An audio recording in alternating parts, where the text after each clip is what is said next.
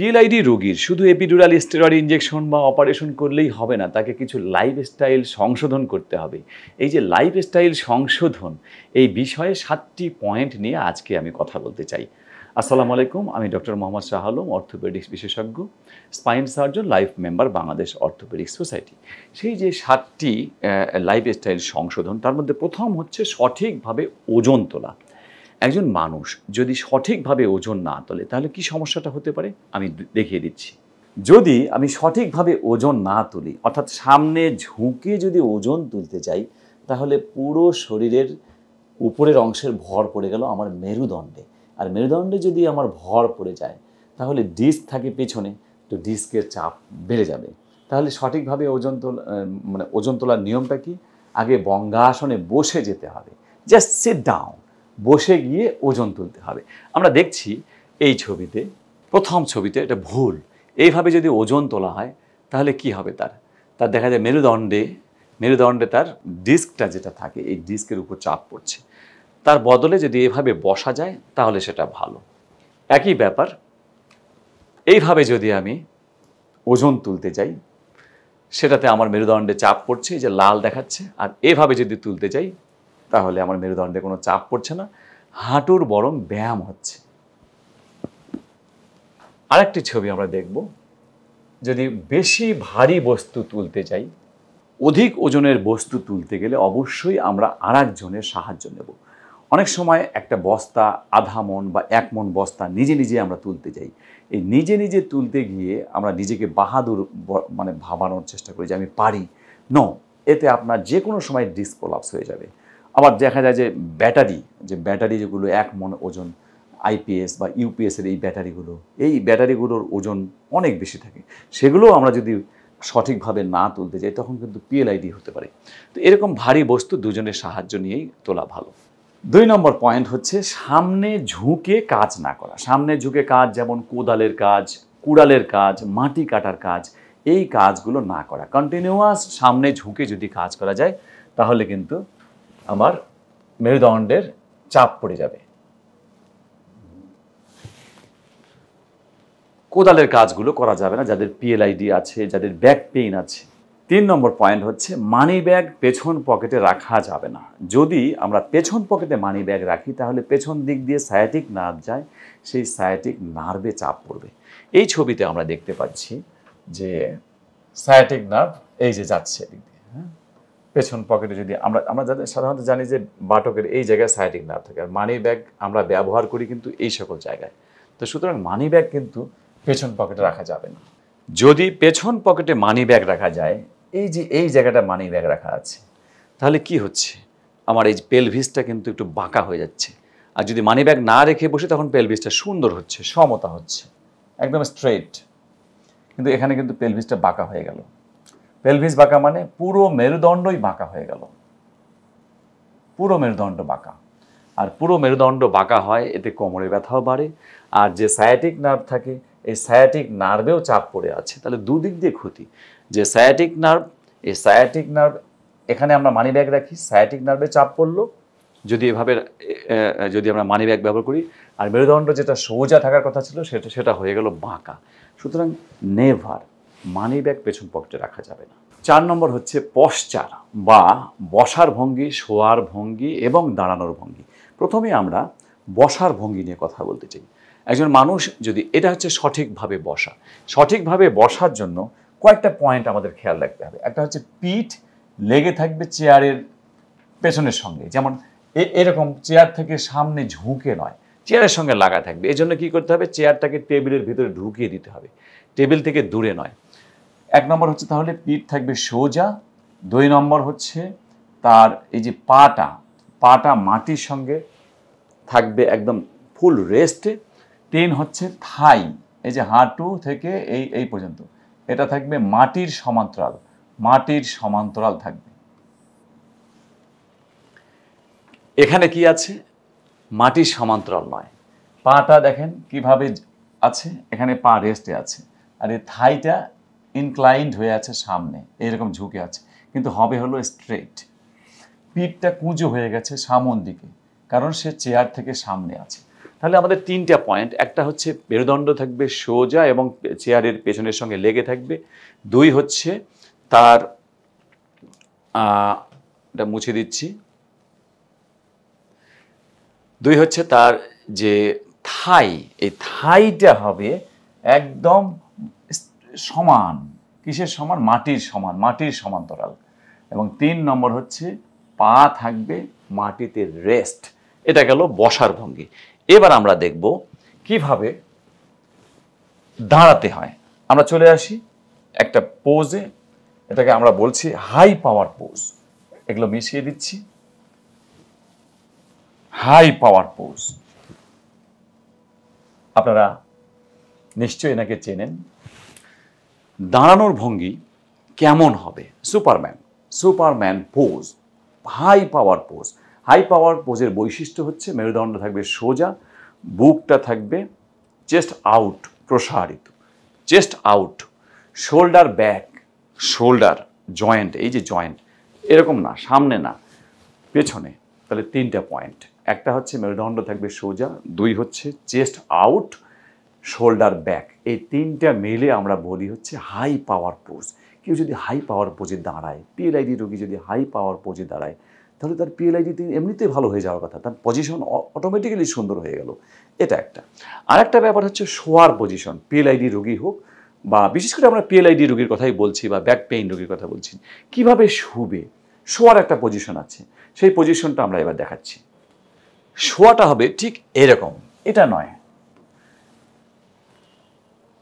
যদি কারো ডান দিকে ব্যথা থাকে, যেমন এই রোগীর ধরা যাক তার বাম পায়ের ব্যথা আছে, তাহলে সে বাম পাটা রাখবে উপরে, অর্থাৎ কাত হয়ে শুতে হবে। যে কোনো একদিকে কাত হয়ে, ডান দিকে না হয় বাম দিকে কাত হয়ে শুতে হবে।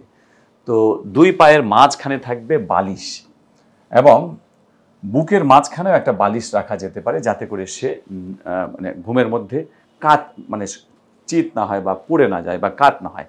তাহলে 2 হাঁটুর মাঝখানে একটা বালিশ আর বুকের মাঝখানে একটা বালিশ। এভাবে যদি শোয়া যায়, যে কোনো একদিকে কাত হয়ে শুতে হবে। কোন কাতে শুবে? যে পায়ের ব্যথা সেই কাতে শোয়া যাবে না, তাহলে সেই পায়ের নার্ভে চাপ পড়ে যাবে। তাহলে যে পায়ের ব্যথা সেই পা থাকবে উপরে। যেমন এই রোগী কাত হয়ে শুয়ে আছে ডান দিকে, তার মানে এই রোগীর বাম পায়ে ব্যথা, বাম পায়ে আমি ধরে নিলাম লাল চিহ্ন দিয়ে, এই বাম পায়ে তার পেইন। সে যদি বাম পাটা উপরে রাখে, তাহলে কিন্তু তার বাম পায়ের নার্ভটা ফ্রি হয়ে থাকলো। এটা হলো তার শোয়ার পজিশন, পিএলআইডি রোগীর শোয়ার পজিশন। 5 নম্বর, ওজন কমাতে হবে। যাদের অনেক বেশি ওজন, তারা ওজন কমাতে হবে। ওজন কমানোর খুব সিম্পল কিছু টেকনিক, আমি 5টি টেকনিক বলবো। 5টি টেকনিক মানা খুবই সহজ, আমি মানতে পারি, এবং যে কোনো মানুষ এটা মানা সহজ। প্রথম পয়েন্ট হচ্ছে চিনি বন্ধ করতে হবে, চিনি জাতীয় খাবার বন্ধ করতে হবে। যেমন পায়েস, সেমাই, সুজি, জিলাপি, রসগোল্লা, মিষ্টি, এগুলো ছাড়াও পাউরুটি, কেক, আইসক্রিম, বিস্কিট, যেখানেই চিনির ছোঁয়া টোটালি অফ। কারণ চিনি হচ্ছে সাদা বিষ। এই সাদা বিষ কিন্তু শুধু ওজনই বাড়ায় না, ডায়াবেটিস হওয়াকেই উদ্বুদ্ধ করে না, আপনার ক্যান্সার যে কোষগুলো আছে, কোষগুলোর বৃদ্ধিতে সহায়তাকারী যে খাবার, সেটা হচ্ছে চিনি, সুগার, হোয়াইট সুগার, এটা বন্ধ। 2 নম্বর, পেটের 3 ভাগের 1 ভাগ খাবার, 1 ভাগ পানি, 1 ভাগ খালি। অর্থাৎ পেটটাকে আমরা যদি 3টা ভাগ করি, তার 1 ভাগ মাত্র খাবার থাকবে। এভাবে যদি কেউ আমরা খাই, তাহলে কিন্তু ওজন বৃদ্ধি পাওয়া সম্ভব নয়। ওজন আপনার জাস্ট কমতেই থাকবে। আমরা সাধারণত যেটা করি, ভুঁড়ি ভোজন করি, অনেক খেয়ে ফেলি। এই অনেক খাওয়া তো কোনো নিয়ম না, এটা কোনো সায়েন্টিফিক খাবার স্টাইল না। যত কম খাবো তত আমি বেশি সুস্থ থাকবো, তত বেশি দম নিতে পারবো, স্লিম থাকবো। আর স্লিম থাকলে তো পিএলআইডি আপনার অটোমেটিক্যালি চলে যাবে। 3 নম্বর হচ্ছে মিল বন্ধ করতে হবে। অর্থাৎ সকালে নাস্তা করবেন, দুপুরে খাবার খাবেন, রাত্রে খাবার খাবেন, এই 3 বার খাবার খেলেন। মাঝামাঝি একটু চা, একটু সিঙ্গারা, একটু বিস্কিট, একটু আপেল, কমলা, পেয়ারা, নো, কোনো কিছু না। একটু চা খাওয়া যাবে না। সকালে খাবার নাস্তা করে 1 কাপ চা খান, যা খুশি তাই খান, দুধ খান, ফল খান, যা খুশি সকালেই খান।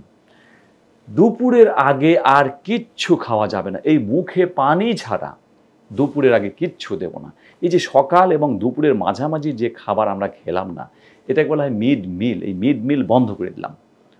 তেমনি দুপুরের খাবারের পর রাতের আগে আর কিচ্ছুই খাবো না। যদি ক্ষুধা লাগে পানি খাবো। রাতের খাবার তাহলে কখন খাবো? রাত কি 10টার সময় খেলে হবে? তখন তো ক্ষুধা বেশি লেগে যাবে। সন্ধ্যার সময় খেয়ে ফেলেন, সন্ধ্যা 7টা 8টা। খুব কঠিন মনে হচ্ছে? না, কঠিন না। আমাদের ডাক্তারদের জন্য কঠিন, কারণ ডাক্তাররা চেম্বার প্র্যাকটিস করতে করতে রাত 10টা 11টা 12টা 1টা পর্যন্ত বেজে যায়, তাদের জন্য কঠিন।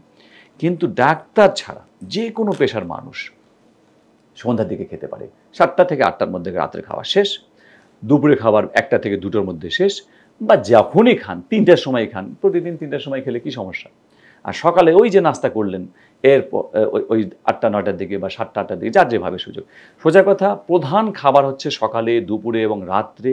এর মাঝামাঝি কোনো ধরনের মিড মিল খাওয়া যাবে না, এমনকি 1 কাপ চাও না, যত ভালো ফলই হোক ফলও না। 4 নম্বর হচ্ছে ফাস্ট ফুড।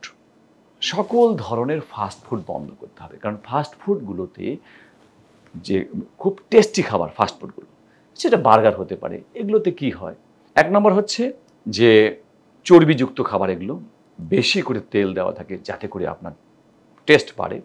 আর 2 নম্বর হচ্ছে ট্রান্সফ্যাট। আমরা জানি ডুবো তেলে যে কোনো খাবার ট্রান্সফ্যাট তৈরি করে। এই যে তেল যদি আমি একবার তেলের রান্না করি, সেটা এক ধরনের ফ্যাট। দ্বিতীয়বার আবার যখন ওই খাবার তৈরি করলাম ওই একই তেলে, সেটা আর এক ধরনের ডেঞ্জারাস ট্রান্সফ্যাট।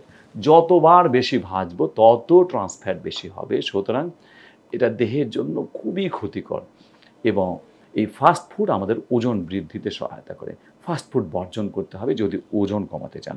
এবং লাস্টলি 5 নম্বর পয়েন্ট হচ্ছে সকালে বেশি খেতে হবে। সকালে মহারাজার মতো, দুপুরে যুবরাজের মতো এবং রাতে ভিখারির মতো খাবার। সকালে যদি আমরা মহারাজার মতো খাবার খাই, তাহলে এটা আমাদের কাজের মাধ্যমে বিভিন্ন কাজে কর্মে আমাদের ক্ষয় হয়ে যাবে। আর রাতে যদি অল্প খাই, তাহলে আমরা তো ঘুমিয়ে থাকবো। ঘুমের মধ্যে তো আমাদের ক্যালোরি বেশি দরকার নেই। রাতে যদি বেশি খেয়ে ফেলি, তাহলে সেটা ফ্যাট আকারে জমা হবে। এই গেল। তো পিএলআইডি রোগীর আমরা যেটা বলছিলাম যে 7টি পয়েন্ট, যে লাইফস্টাইল সংশোধনের 7টি পয়েন্টের মধ্যে আমরা 5ম পয়েন্ট বলছিলাম যেটা ওয়েট লস নিয়ে। এবার 6ষ্ঠ পয়েন্ট হচ্ছে খেলাধুলা। যে খেলাধুলাগুলোয় মোচড় থাকে, কোমরে মোচড় থাকে, সেগুলো টোটালি বন্ধ। যেমন cricket, football, tennis, loan tennis কি ব্যাডমিন্টন, এই খেলাগুলো বাদ। এগুলোর বদলে কি করা যেতে পারে? সাঁতার কাটেন, জগিং করেন, দৌড় দেন, যা খুশি করেন, কিন্তু ক্রিকেট, ফুটবল, ব্যাডমিন্টন এগুলো কিন্তু, বা হাডুডু, যে খেলাগুলোতে মেরুদণ্ডে মোচড় পড়ে, সেই খেলাধুলো বন্ধ করে দিতে হবে পিএলআইডি রোগীর। এবং লাস্ট পয়েন্ট যেটা হচ্ছে কিছু পেশা সংশোধন। কি? যেমন লোডের কাজ করা যাবে না, লোড আনলোডের কাজ করা যাবে না। অনেক ভারী জিনিস ট্রাক থেকে তোলা নামানো, যারা পিএলআইডি রোগী তাদের এই কাজগুলো একেবারে টোটালি বাদ দিতে হবে। 2 হচ্ছে লং ড্রাইভিং, যাদের ড্রাইভিংটাই পেশা, লং ড্রাইভিং যাদের পেশা, অল্প ড্রাইভিং না। যেমন প্রাইভেট কোনো কারো কার চালানো ড্রাইভিং, অল্প ড্রাইভিং, এগুলো না, এগুলো করা যাবে, সমস্যা নেই। কিন্তু যেটা লং ড্রাইভিং, এক শহর থেকে আরেক শহর, রাতের পর রাত আপনার জার্নি, বাস চালানো বা ট্রাক চালানো, এই ধরনের লং জার্নিগুলো নিষেধ। আর হচ্ছে কনস্ট্রাকশনের যে কাজগুলো, বিল্ডিং নির্মাণের কাজগুলো, এগুলো বাদ দিতেই হবে পিএলআইডি রোগীর। এছাড়া টাইলসের কাজ, স্যানিটারি মিস্ত্রি যারা আছে, ইলেকট্রিক মিস্ত্রি যারা আছে, দীর্ঘ সময় সামনে ঝুঁকে কাজ করে, ইলেকট্রিক কাজ করা যাবে, ইলেকট্রিক মিস্ত্রিরা যদি স্ট্রেট হয়ে কাজ করে বা একটু সামান্য ঝুঁকে কাজ করে, কিন্তু সামনে ঝুঁকে যদি দীর্ঘ সময় যে কাজগুলো, সেগুলো বাদ দিতে হবে। এছাড়া কৃষি কাজ করা যাবে, কিন্তু কোদাল চোটানো বা খড়ি ফাড়া, এই কাজ দুটো বাদ দিয়ে কৃষিকাজ সুন্দর করা যাবে। আর সঠিকভাবে তারা ওজন যদি তোলে, তাহলে কৃষিকাজে কোনো বাধা নেই। যেমন ধান রোপণ করা, বঙ্গাসনে বসে ধান রোপণ করা, পাট কাটা, ধান কাটা, এগুলো কিন্তু করা যাবে। আর শুধুমাত্র যেটা মনে রাখতে হবে যে কোদাল চোটানো এবং খড়ি ফাড়ার কাজটা কৃষিকাজের মধ্যে, এই দুটো কাজ বাদ দিতে হবে। সুতরাং আমরা জানলাম যে পিএলআইডি রোগীর লাইফস্টাইল সংশোধনের এই যে 7টি পয়েন্ট, এই 7টি পয়েন্ট যদি আমরা ফলো করতে পারি, তাহলে আপনার আর পিএলআইডি রিকারেন্স হওয়ার সম্ভাবনা খুবই কম। আবার পিএলআইডি ফিরে আসবে না। একবার পিএলআইডি ভালো হয়ে গেলে আর কখনো ফিরে আসবে না। তা না হলে আপনি এপিডুরাল স্টেরয়েড ইনজেকশন দেন বা অপারেশন করেন বা যে কোনো ডাক্তারের কাছে ফিজিওথেরাপি দেন বা লেজার, অনেকে আজকাল বলছেন লেজার থেরাপি, যেটাই যান, লাইফস্টাইল সংশোধন না করলে আবার পিএলআইডি ফিরে আসবে, আর লাইফস্টাইল সংশোধন করলে পিএলআইডি আর কখনো আপনার ফিরে আসবে না হয়তো। অনেকেই আমাদেরকে প্রশ্ন করেন, স্যার এটা কি একদম পার্মানেন্ট সলিউশন আছে এই পিএলআইডির, একদম ভালো হয়ে যাব, এরকম কি হয়? হয়। আপনাকে লাইফস্টাইল সংশোধন করতে হবে, পেশা পরিবর্তন করতে হবে। আজকে আমরা এই যে পিএলআইডি রোগীর লাইফস্টাইল সংশোধনের 7টি পয়েন্ট নিয়ে কথা বললাম, এগুলো মানার পরেও যদি আপনার সমস্যা থেকে যায়, যদি আপনার ব্যথা থেকেই যায়, যদি আপনার পায়ের দিকে ঝিঝি থেকেই যায়, তাহলে আপনাকে অবশ্যই একজন স্পাইন সার্জন বা নিউরো সার্জনের সঙ্গে সাক্ষাৎ করতে হবে। সরাসরি আমাদের সঙ্গেও আপনি কথা বলতে পারেন। আমাদের সঙ্গে সাক্ষাৎ করার জন্য আপনাকে অবশ্যই অগ্রিম বুকিং নিতে হবে, এবং এই অগ্রিম বুকিং নেওয়ার জন্য নিচের নাম্বারে কল করতে হবে। আজ এ পর্যন্তই। আসসালামু আলাইকুম।